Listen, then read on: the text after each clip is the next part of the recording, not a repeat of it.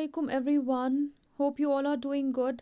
सबने प्रिपेयर किया होगा, सब प्रिपेयर होंगे, कोई भी कन्फ्यूजन अब नहीं होगा, और अगर होगा भी तो आई डोंट थिंक इस वीडियो के बाद कोई भी कन्फ्यूजन रहेगी। इस वीडियो में आई विल डिस्कस कि कहाँ पे लॉन्ग टाइप, कहाँ पे शॉर्ट टाइप आएंगे। अनदर थिंग, आपको पेपर कैसे अटेम्प्ट करना है, 56 मार्क्स कैसे आपको अटेम्प्ट करने हैं। पहली कन्फ्यूजन है कि बच्चों को लगता है कि अगर 56 के अलावा भी हम क्वेश्चंस अटेम्प्ट करेंगे तो हमें उसके मार्क्स मिलेंगे। अगर 56 में से आपका कोई भी क्वेश्चन गलत हुआ होगा, 56 मार्क्स तक, अगर आपने 2 मार्क्स के या 3 मार्क्स के या 5 मार्क्स के क्वेश्चन भी गलत किए होंगे, लेकिन उसके बाद आपने कोई दूसरा क्वेश्चन किया होगा जिसके 3 मार्क्स, 2 या 4 होंगे, ठीक है, तो आपको लगता होगा कि ये मार्क्स से वो मार्क्स कॉम्पनसेट होंगे। ऐसा कुछ भी नहीं होने वाला है। पहले 56 मार्क्स आपके चेक होंगे। आपके इवैल्यूएट कितने होंगे? जो पहले 56 हैं, उनमें से जो भी क्वेश्चन गलत होगा वो गलत ही कंसिडर किया जाएगा। आपका उसमें कुछ भी कॉम्पनसेशन नहीं होगा जो 56 मार्क्स के आउटसाइड आता होगा। Got it? तो आपने क्या करना है, जो आप पहले 56 मार्क्स अटेम्प्ट करोगे that should be your best 56। वो क्वेश्चंस पहले करना जिन पे आप श्योर हो, जहाँ पे कोई कंफ्यूजन नहीं है, क्योंकि पहले 56 ही इवैल्यूएट किए जाएंगे, उसके बाद आपका पेपर इवैल्यूएट नहीं होगा। First thing, right? I hope इसमें कोई कंफ्यूजन नहीं है।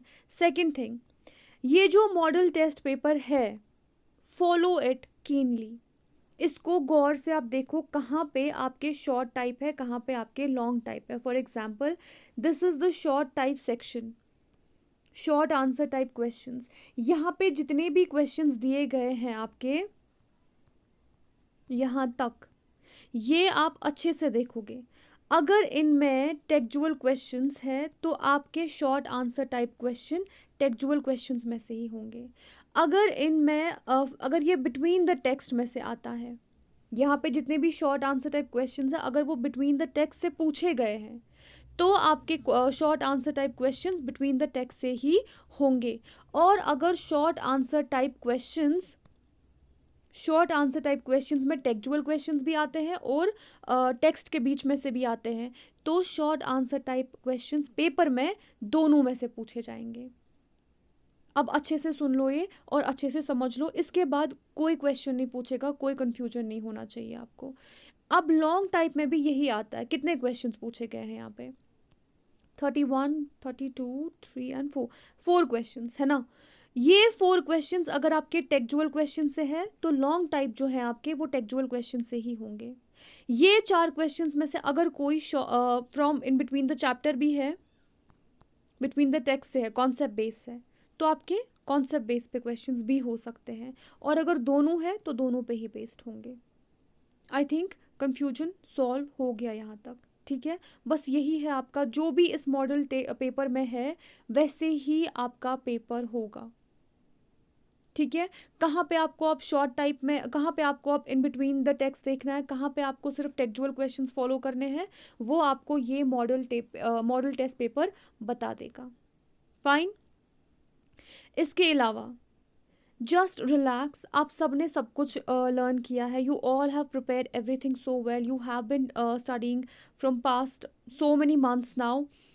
कुछ कन्फ्यूजन्स की वजह से, कुछ रूमर्स की वजह से, do not confuse your self, do not put yourself into stress, into do not take so much of tension about all these things.